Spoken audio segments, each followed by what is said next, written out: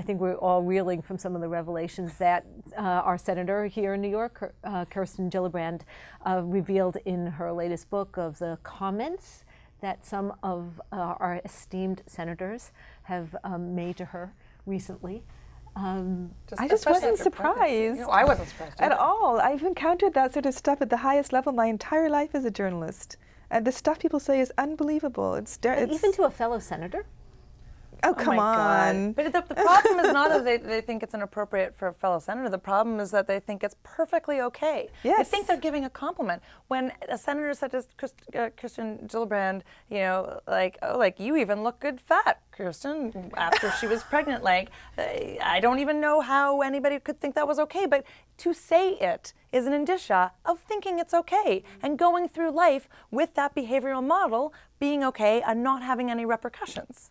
Do you think this is maybe reaching a tipping point, though? Because we Yes. are finally seeing It's about time. so much reaction, not just to this particular thing, but to some of the ways in which, like, laws are being passed now. You know, yes means yes instead of kind of no means not really no. I don't know, Rebecca, what do you think?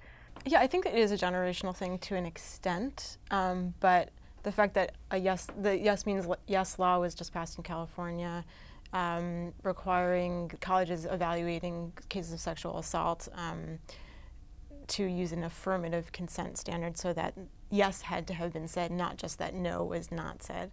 The fact that that was passed unanimously by the California state legislature, I think, says something, although, you know, it is California. Yeah. But it's a big state. But the fact that it's needed, I think, shows that, yeah, you know, the culture hasn't changed that much. It's desperately needed.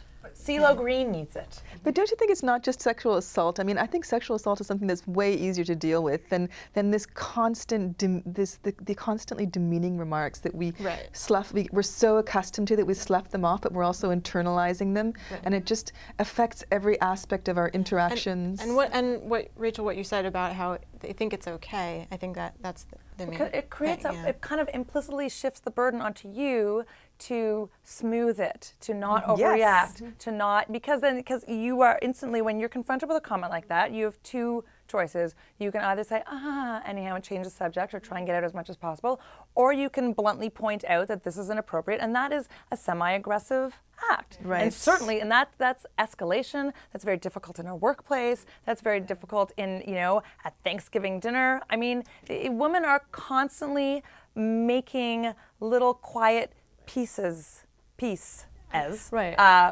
these situations. I mean, you're nodding like you're like, oh, I've been there. My head's gonna fall out. Yeah, I mean, I think that this is what happened, like the kind of underlying structural sexism that just exists, and the idea that women's bodies in some way are owned by men or by corporations. And they're to be commented on. Right, and they're to be commented on. That's just that women's bodies are not their own in some way. Absolutely. That they can be commented on, they can be assaulted, they can be, I mean, I think this is just still so much in our culture. Even just being told to smile on the street, I mean, that is something that, especially when I was younger, I got all the time. And, you know, it's like, maybe there's some reason I'm not smiling, or maybe it's none of your business, but just you know, I've never seen a man tell another man to smile on the street. Oh my God, that's actually amazing. I respond That would very be an amazing aggressively. campaign.